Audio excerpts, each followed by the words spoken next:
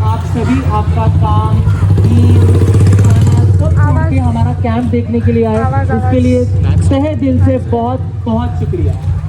जाहिर सी बात है, आप सोच रहे होंगे कि हमने एग्जैक्टली आपको इधर क्यों बुलाया है।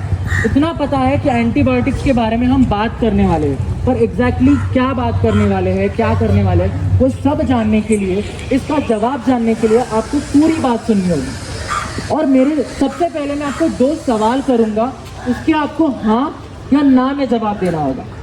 तो आप हो तैयार? तो सबसे पहला सवाल, जब भी हम बीमार होते हैं, हमको खांसी, जुकाम, सर्दी, बुखार होता है, तो हम डॉक्टर के पास जाते हैं, बराबर?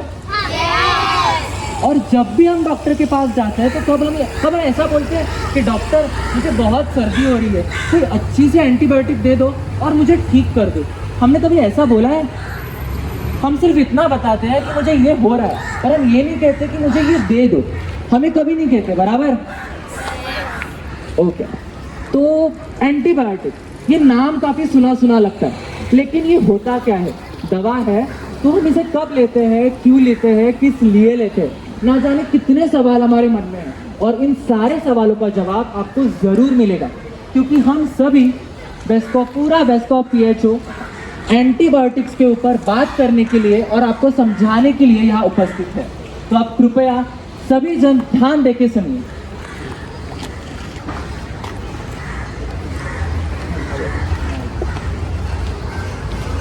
तो यश ने कहा है कि हम एंटीबायोटिक्स यूज़ करते हैं, तो क्या होते हैं एंटीबायोटिक्स, किसके लिए यूज़ करते हैं हम एंटीबायोटिक्स? मैं अभी बहुत समझूँ। अभी आप हाथ धोते हैं ना खाना खाने से पहले, ठीक है? हम हाथ क्यों धोते हैं? खाने से पहले क्यों धोते हैं? It is because of germ, correct, it's because of germ. ये जो जर्म हम कीटाणु बोलते हैं ना, इसे लाइफ बॉय का आर्ट में 99.9% कीटाणु की मात्रा, वो यही जर्म्स होता है। अभी ये जर्म्स जो होते हैं, ये एक मिक्सचर है। किसका मिक्सचर है? Different micro organisms. ये डिफरेंट माइक्रो ऑर्गेनिजम्स क्या है? It is a mixture of viruses, bacterias and other pathogen. मतलब ये जो छोटे कीटाणु हैं, ये एक प्रकार के नहीं, ये अलग अलग प्रकार का है, ठीक है? अभी जो हम दवाई लेते हैं वो एक टाइप का बीमारी के लिए होता है, ये हर एक टाइप का बीमारी को नहीं सॉल्व कर सकता, ठीक है? तो अभी जो एंटीबायोटिक्स है, हम जाते हैं डॉक्टर के पास, हम बोलते हैं कि हमें फीवर है, देन वो prescribe to us antibiotics. Reason क्यों? तो वो हमें एंटीवायरस है, फर्स्ट जो कोल्ड एंड कफ होता है, that is virus. Corona virus के बारे में सुना ही होगा आपने, सब लोग को ही पता है वो क्या वायरस है। तो उसके लिए क्या एंटीबायोटिक्स यूज करेंगे? नहीं, एंटीबायोटिक्स एंटीवायरल यूज करेंगे। एंटीवायरल बट आज एंटीबायोटिक्स मतलब वो दवाई जो बैक्टीरिया के खिलाफ काम करता है। अभी कितने सारे टाइप के बैक्टीरिया और कितने सारे टाइप के दवाई है बैक्टीरिया को मारने के लिए, तो वो सब अभी यश आपको एक्सप्लेन करेंगे। तो अभी आपने जान लिया, आपने थोड़ी सी जानकारी तो ले ली कि एंटीबायोटिक्स होते क्या है, और इतना आपने जान लिया कि एंटीबायोटिक्स बीमारी के खिलाफ काम करते हैं, बीमारी का हल निकालते हैं। बीमारी के लिए हम लोग इलाज के लिए एंटीबायोटिक्स का इस्तेमाल करते हैं। लेकिन अक्सर ये देखा जाता है कि एंटीबायोटिक्स से बीमारी दूर होती है, इसलिए एंटीबायोटिक्स का अत्यधिक उपयोग होता है। एंटीबायोटिक्स का बहुत ज़्यादा सेवन करना सेहत के लिए बहुत बहुत बहुत ज़्यादा हानिकारक है। जब भी आपको डॉक्टर ने कहा जाए या डॉक्टर ने सलाह दी जाए कि एंटीबायोटिक्स लो या एंटीबायोटिक्स का सेवन करो, तभी एंटीबायोटिक्स हम लोग को लेना है। खुद स्वयं जाके एंटीबायोटिक्स का सेवन नहीं करना है। जब तक डॉक्टर ना कहे तब तक एंटीबायोटिक्स नहीं लेना। तो जब भी हम बहुत ज़्यादा एंटीबायोटिक्स ले लेते हैं तो हमारी बॉडी एंटीबायोटिक्स के लिए ड्रग रेजिस्टेंट बन जाती है, जिससे जो अच्छे बैक्टीरिया होते हैं या जो हार्मफुल बैक्टीरिया नहीं होते, जो हार्म नहीं पहुंचाएंगे शरीर को, वो प्रभावित हो जाते हैं, जिससे बीमारी का हल ढूंढना बहुत मुश्किल हो जाता है।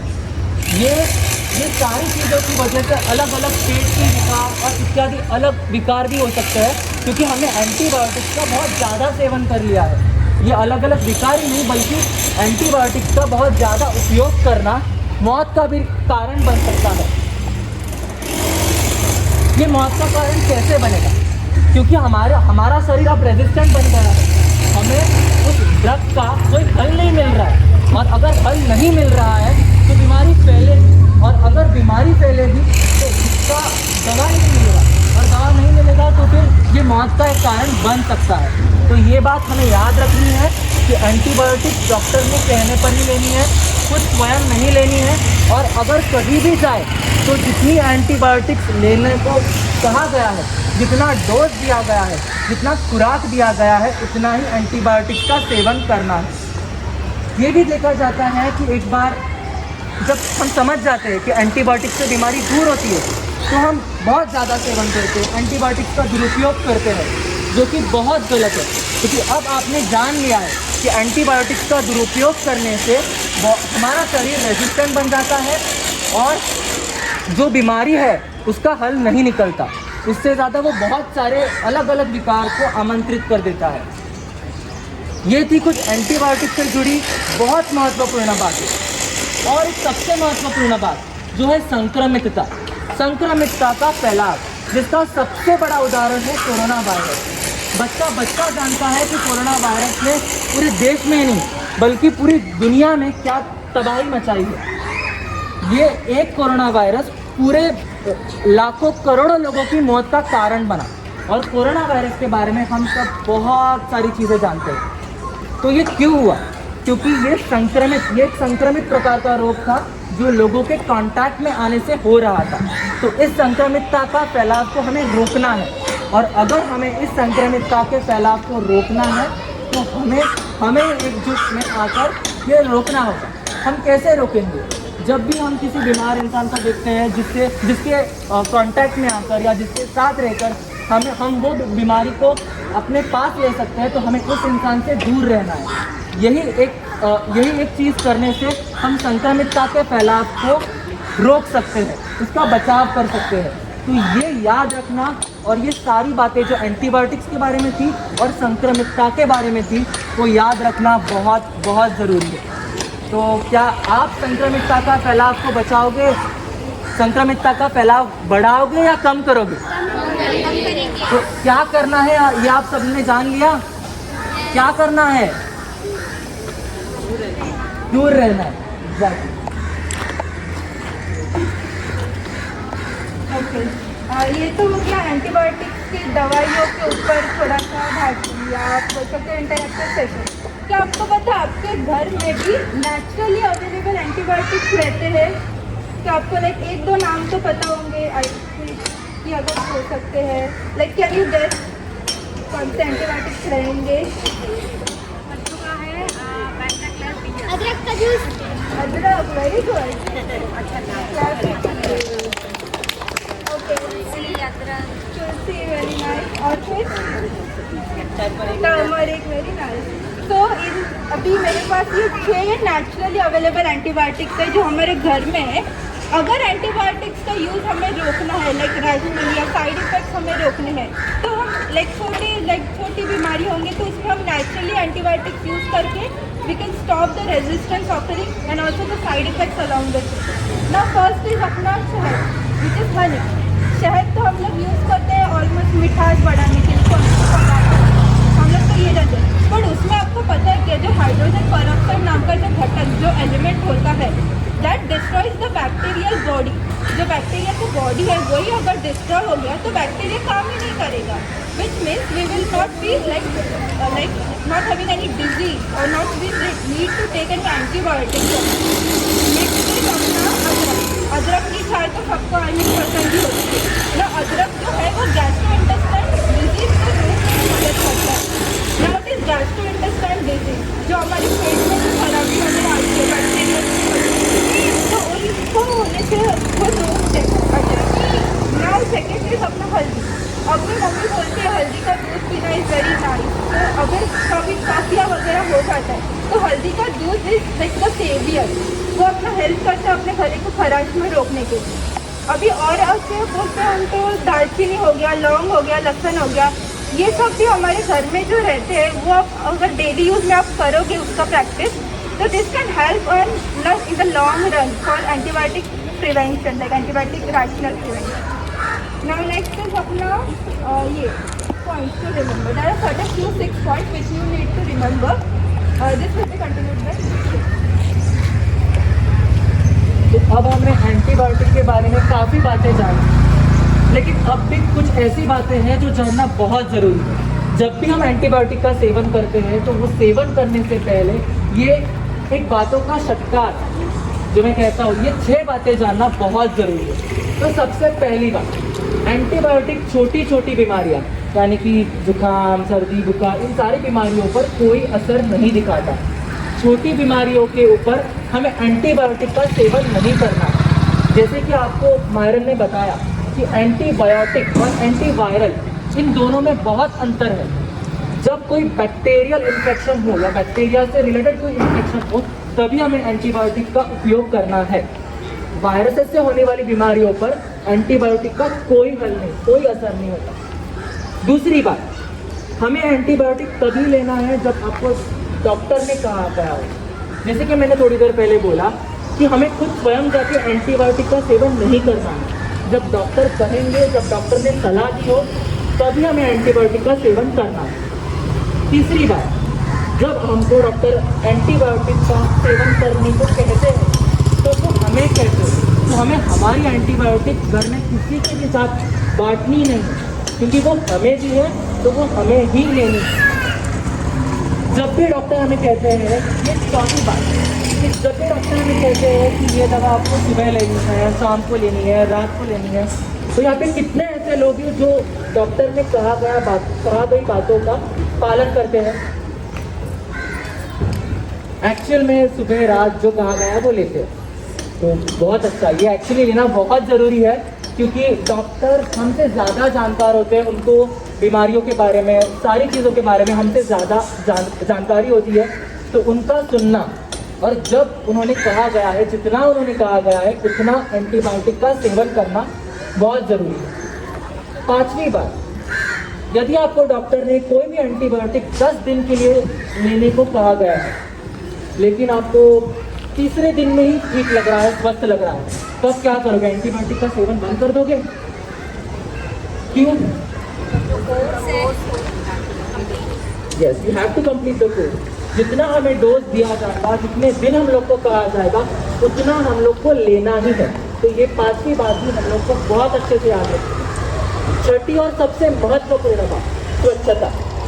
जितना समय और जितना महत्व हम खुद को स्वच्छ रखने में लेते हैं, उतना ही महत्व होगा, उतनी ही मेहनत हमें हमारे परिसर को, जहाँ हम रहते हैं, शुरुआत करेंगे जहाँ हम रहते हैं, वो स्वच्छ करने में लगानी है। क्योंकि स्वच्छता से ही हम बीमारियों का नाश कर सकते हैं, हम बीमारियों को दूर रख सकते हैं। तो मैं ये आशा व्यक्त करता हूँ कि आपको ये सारी 6 बातें अच्छे से समझी होंगी, और जितना भी हम लोगों ने आपको एंटीबायोटिक्स के बारे में बताया वो सब कुछ बहुत अच्छे से समझा होगा। और मैंने आपको शुरुआत में एक सवाल किया था कि एंटीबायोटिक क्या होता है, एंटीबायोटिक किस लिए होता है, और ये भी कहा था कि इन सारे सवालों का जवाब हम आपको ज़रूर देंगे। और ये मैं मान लेता हूँ कि आपको इन सारे सवालों का जवाब मिल गया होगा। और एंटीबायोटिक अब एक सुना सुना नाम नहीं, एक सुना सुना शब्द नहीं, बल्कि एक जानकार शब्द बन गया होगा। धन्यवाद।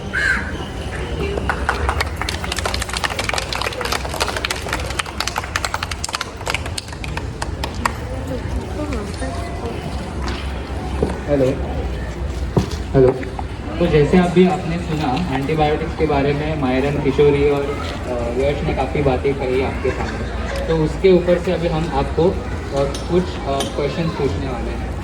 तो आपको जिसको भी आंसर आता है वो हाथ ऊपर करके आंसर दे सकते हैं। तो पहला सवाल ये है कि अगर कोई डॉक्टर है और आपको कोई बीमारी हुआ है और डॉक्टर ने आपको 7 डे का एंटीबायोटिक का कोर्स जारी किया है आपके लिए, पर आपको 3 दिन के बाद आप ठीक महसूस करने लग गए, तो आपका जो कोर्स है वो पूरा करेंगे या रोक देंगे, और क्यों पूरा, मतलब जो भी करेंगे वो क्यों करेंगे वो भी आपको बताना पड़ेगा। कोई आंसर कहना चाहता तो आप प्लीज उत्तर दें।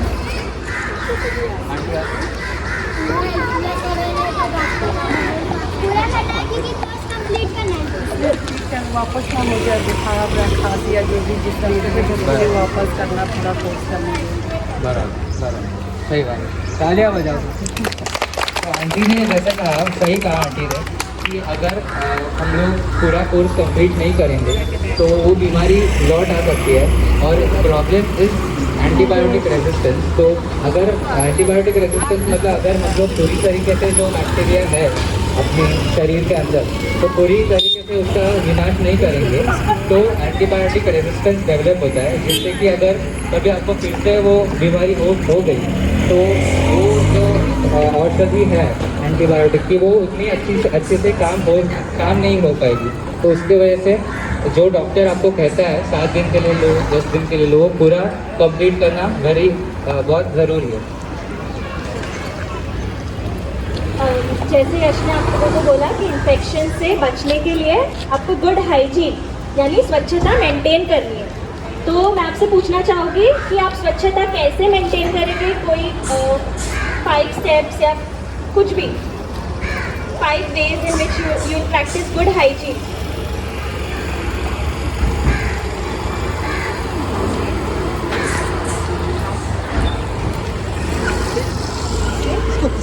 आप कैसे क्लेanलीनेस मेंटेन करोगे कि आपको इन्फेक्शन ना हो?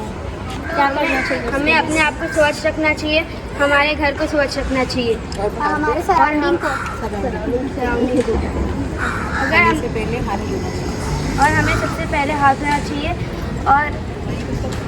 और हमारे पास बहुत सारे वायरस रहते हैं, जैसे कि गंदे से बहुत सारे वायरस फैलते हैं, तो हमें उसको भी साफ करना चाहिए। आपको बोलना है? और कोई बोलना चाहेगा? थैंक यू बताया। हमें आसपास सभी जगह को क्लीन करना चाहिए। फर्स्ट ऑफ ऑल यही करना चाहिए कि क्लीन करना चाहिए, जैसे कि कोई बैक्टीरिया हम लोग को अफेक्ट ना कर सके। और अपना हाथ बार बार धोना चाहिए, जिससे कोई भी कीटाणु अपने स्टमक में ना जाए। और कोई बोलना चाहेगा? और जब भी आपको सर्दी हो, जुकाम हो, आपको अपना मुंह कवर करना चाहिए, खांसते हुए, छींकते हुए। आपको डिस्टेंस मेंटेन करना चाहिए अगर कोई बीमार है तो उससे।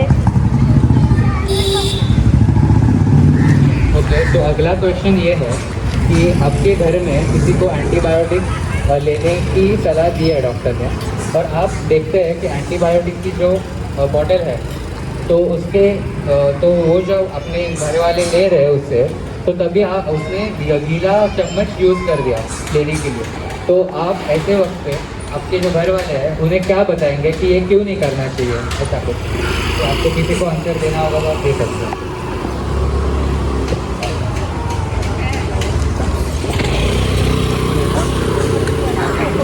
कैप्सूल होता है, एंटीबायोटिक पाउडर होता है, लिक्विड भी होता है। हाँ, तो अगर लिक्विड रहेगा तो वो मतलब गीला चम्मच से यूज़ कर रहे हैं, मतलब जो डोज है हाँ वो क्यों नहीं करना चाहिए आपको? phone which we are using should be clean and it should be washed and wiped then only use. Otherwise, infection it will not create the same effect. Thank you. Clap please. कि अगर wait spoon या spoon हरी moisture हम लोग अगर use करेंगे तो contamination जो होता है अपना मेडिसिन का बॉटल है इसका कंटामिनेशन हो जाएगा। और जो हम लोग ले रहे हैं औषधि एंटीबायोटिक की वो उतने अच्छे से काम नहीं करेगी और बॉडी को और प्रॉब्लम में भी डाल सकती है। तो उसकी वजह से कंटामिनेशन जो ये रीज़न है उसकी वजह से हम लोग ऐसे सब नहीं कर सकते और वो ध्यान रखना पड़ता है।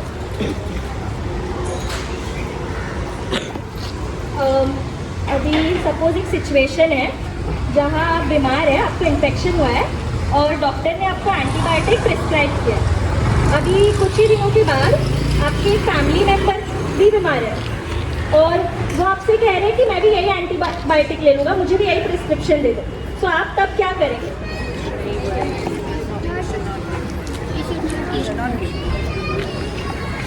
should not give that because we don't know what disease she is suffering from. So it is not a correct way. Please clap. As Auntie rightly said, we should not share antibiotics because we don't know कि कौन सा infection कौन suffer कर रहा है किससे. Last question, कौन natural antibiotics बताएगा? कोई 3 नेचुरल एंटीबायोटिक्स.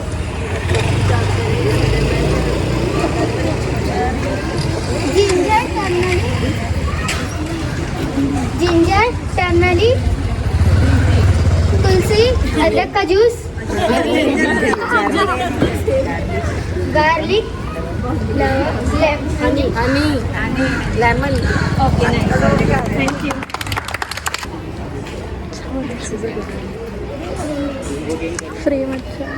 जैसे कि आप सभी ने एक Q&A सॉर्ट ऑफ, एक question and answer sort of का गेम खेला, वैसे ही अभी हम एक बिंगो नाम का गेम खेलने वाले हैं जो बहुत ही ज़्यादा इंटरेक्टिव होने वाला है. आपको एक पेपर दिया जाएगा.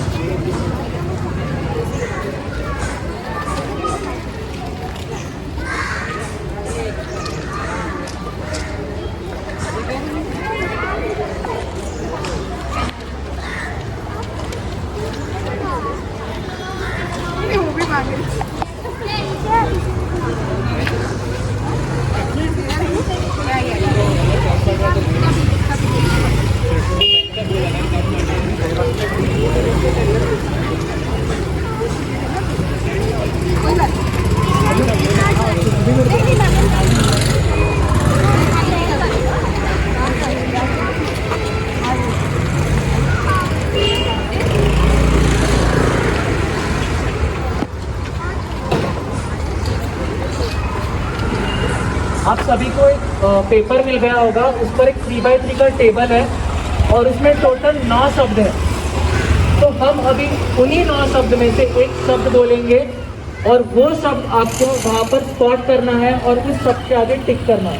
जो भी शब्द हम बोलेंगे उसको वहाँ पर स्पॉट करके टिक करना है और जैसे ही आप टिक करोगे आपको उस शब्द के बारे में कुछ तो बोलना है. आपको उस शब्द से क्या समझा या आप उस शब्द के बारे में क्या जानते हो, आपको अभी जानकारी देनी है.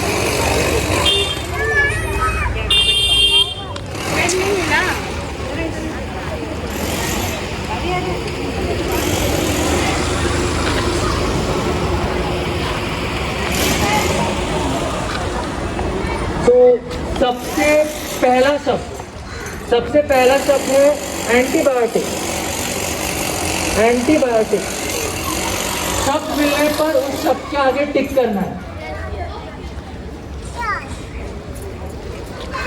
टिक किया तो आप कुछ बोलना चाहोगे एंटीबायोटिक के बारे में? बिना मतलब और बिना जरूरत एंटीबायोटिक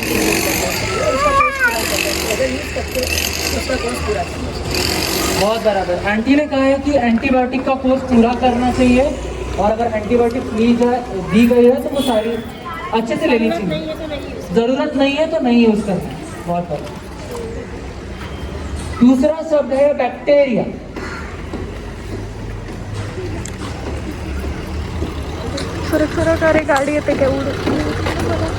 आपने टिक किया. बैक्टीरिया के बारे में कुछ बोलना चाहिए?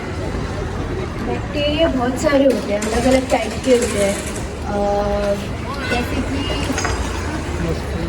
यूजफुल और हार्मफुल बैक्टीरियाज भी होते हैं. यूजफुल जैसे कि एंटीबायोटिक एंड हार्मफुल बहुत सारे अलग अलग टाइप के बैक्टीरियाज होते हैं. और तो पहला शब्द क्या था? पहला शब्द. दूसरा, अब तीसरा शब्द है दुरुपयोग. तीसरा शब्द है दुरुपयोग.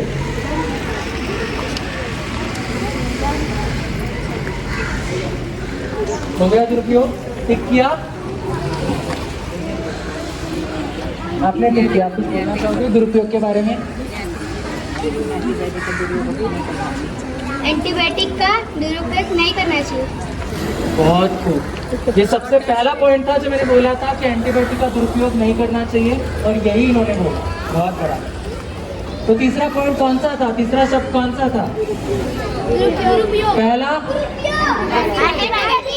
दूसरा, चौथा शब्द है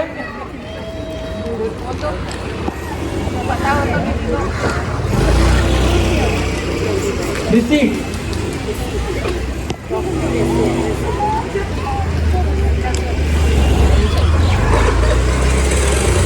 डॉक्टरी रिसीट।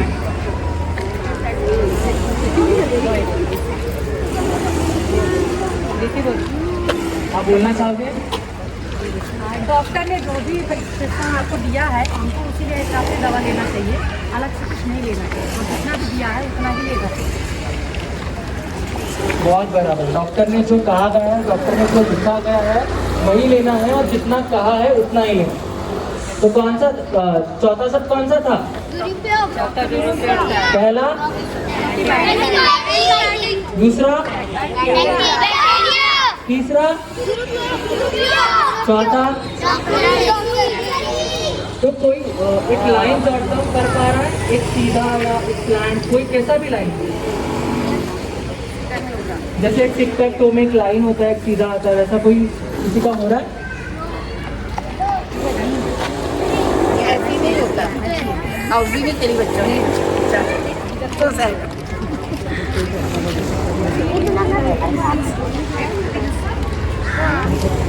चिकन क्या के बारे में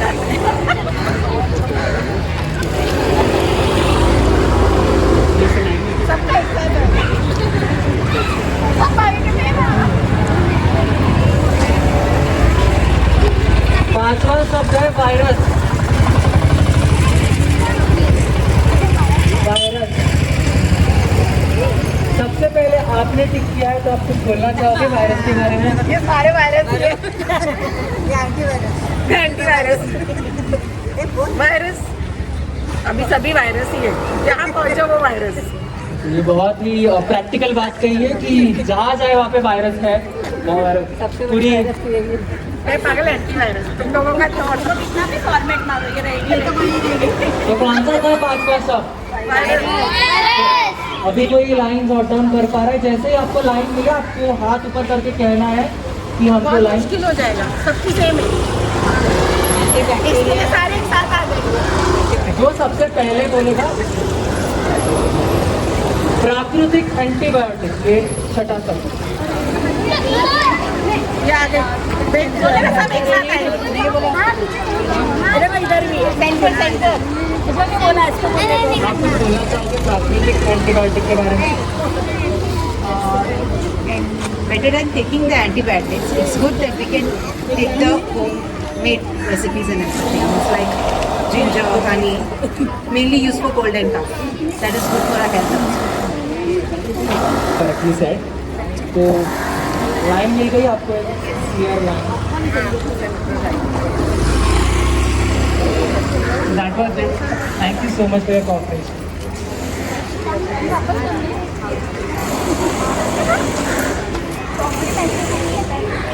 है ना कॉम्प्लीमेंट्री में लेके जाना है इनको, किसी ने कॉम्प्लीमेंट्री लेके जाओ।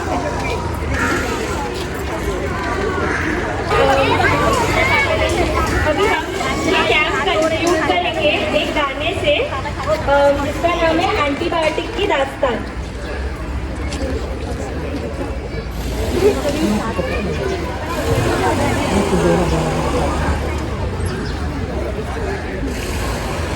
एक समय था रोगों का सामना, बैक्टीरिया से हो रहा था ये जंग, दवाओं की मिठास से छुपा था खतरा, पर सबको ये याद रखना है एक संकल्प हमारा, एंटीबायोटिक्स का सही उपयोग करें, दोस्त है हम बैक्टीरिया के खिलाफ, हर बार नहीं जब लगेगी बीमारी, सही दवा सही दिन ये हमारी कहानी, डॉक्टर की सलाह सुनो हमेशा, दवा की मात्रा बिल्कुल बराबर। स्वस्थ रहो हमेशा बैक्टीरिया के खिलाफ, ये है हमारी रक्षा, ये है हमारा वचन। एंटीबायोटिक्स इसका सही उपयोग करें, दोस्त है हम बैक्टीरिया के खिलाफ। हर बार नहीं, जब लगेगी बीमारी, सही दवा सही दिन, ये हमारी कहानी। जब लगेगी बीमारी, सब्र रखो दोस्त, दवा की जल्दी, ना करो फैसला खोज। सही दवा सही दिन है इलाज की कुंजी, बैक्टीरिया के खिलाफ हमारी ये युद्ध भूमि। एंटीबायोटिक्स का सही उपयोग करें, दोस्त है हम बैक्टीरिया के खिलाफ। हर बार नहीं, जब लगेगी बीमारी, सही दवा सही दिन, ये हमारी कहानी। जागरूक बनो, बैक्टीरिया से लड़ो, दवा को पूरा करो, अपना कर्तव्य निभाओ। समय पर इलाज, ना करो तालमेल, ये देगी जीवन एक स्वस्थ संबल। एंटीबायोटिक्स का सही उपयोग करें, दोस्त हैं हम बैक्टीरिया के खिलाफ। हर बार नहीं, जब लगेगी बीमारी, सही दवा सही दिन, ये हमारी कहानी।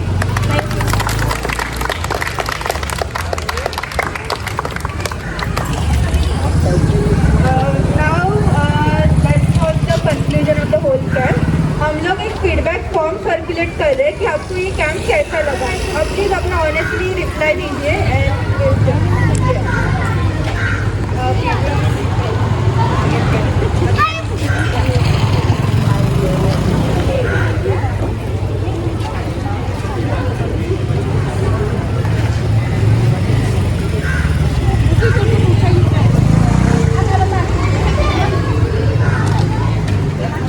फीडबैक फॉर्म के साथ हम लोग एक आपको नेचुरल एंटीबायोटिक्स का पैम्पलेट डिस्ट्रीब्यूट करें जिसकी आपको मदद होगी आगे जाके।